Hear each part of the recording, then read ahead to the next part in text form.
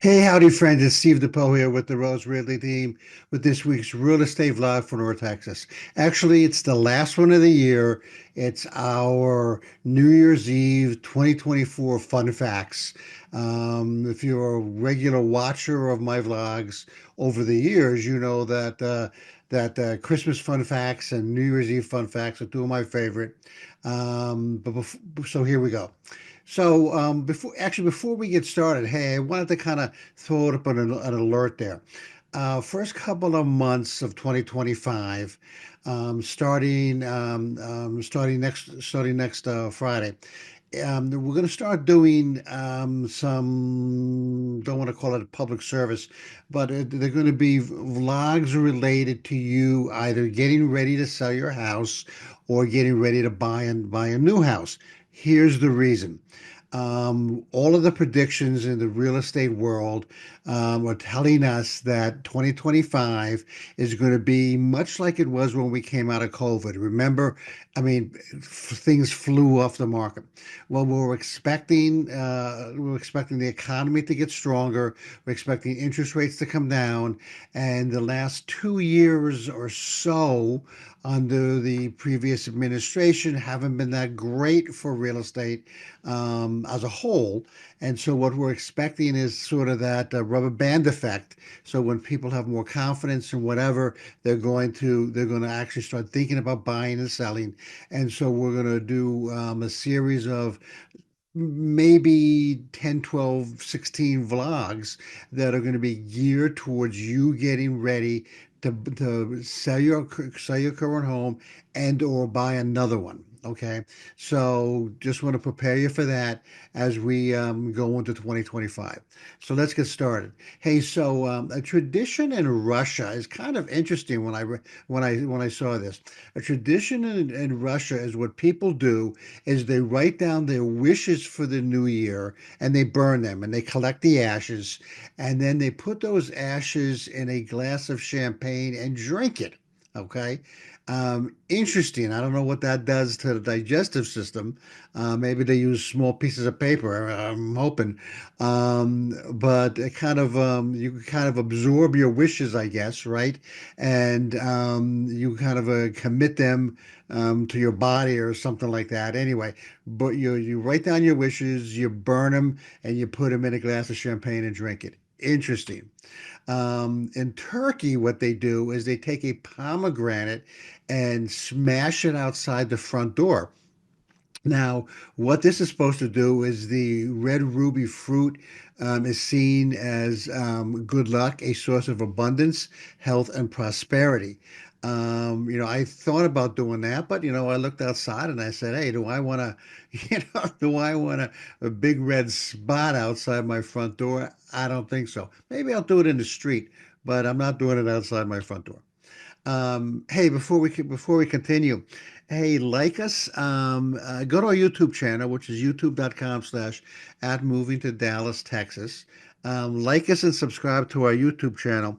Now, the important thing about this, when you think about it, is when we start doing those vlogs, like I said, next year, starting next Friday, about how to improve your home, how to set the right price for your house, etc.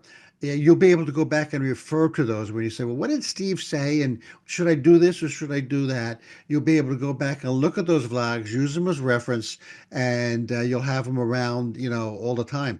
You'll become like the smartest person on your block. And when the person, five doors down is thinking about selling or whatever, you'll already have that information and you can beat them to the punch. That's important. That's going to be important this year. So there's something for you. Go to, again, youtube.com/ at moving to Dallas, Texas. Like and subscribe to our vlog. We thank you for doing that, and we appreciate you for supporting us. Okay, so in Japan, they have this tradition called osoji, which is before midnight. They clean their house thoroughly. I mean, they vacuum the windows and drapes and furniture and all this. And this practice stems from the belief that a clean house or clean home purifies the space and to prepare it for a fresh start in the new year. Okay. Interesting. So, I mean, how many of us have kind of done a similar thing in that and we say, hey, we're going to quit smoking or we're going to go on a diet or something along, I'm not going to drink anymore or whatever along those lines. Same basic kind of concept involved here, except in Japan, it's not, it's more the family gets together and does the whole thing. And you don't just do an individual thing like I'm going to stop smoking, but you go and clean the whole house and that purifies the space and makes room for a fresh start in the new year. Interesting. Another New Year's tradition, which is kind of interesting, is and we kind of did this in a class in Keller Williams called Bold. Okay, well, what this is you write down your thoughts about reflecting on the past year and what your goals and intentions are for the new year. You take that letter, you put it in an envelope, and you hide that envelope someplace where you'll be able to remember where it is in 365 days.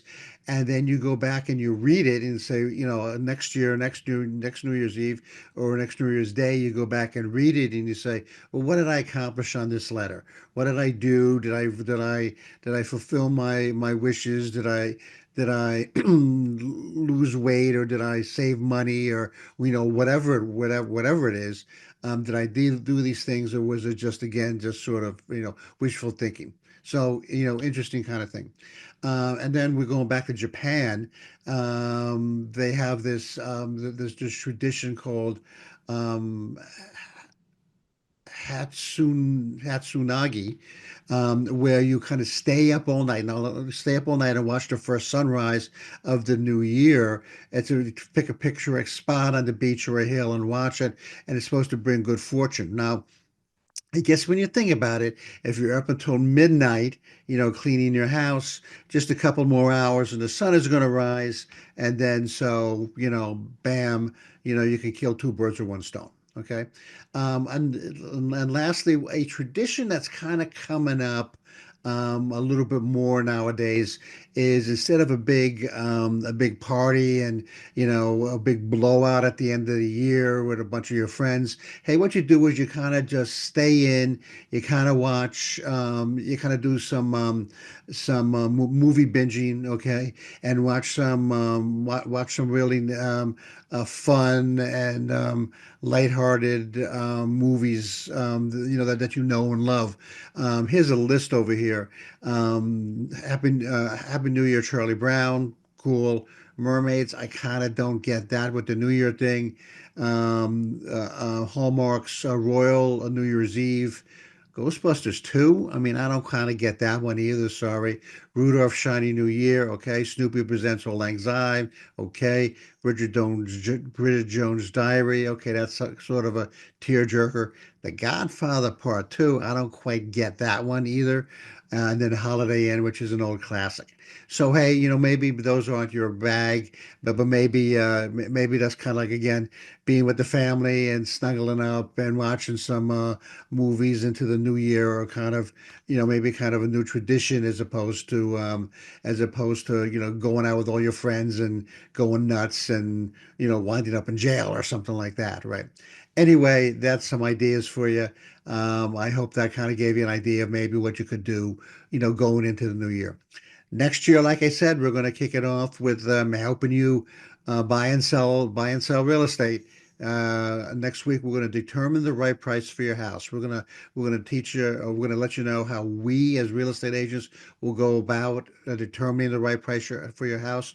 What counts, what matters, what doesn't, and why when you sit there and say, "Hey, I need such and such out of my house," doesn't necessarily mean that's what you're going to get. Okay, so next year, determining the right price for your home, and then we'll move on from there to other helpful hints and helpful vlogs for you moving into the new year.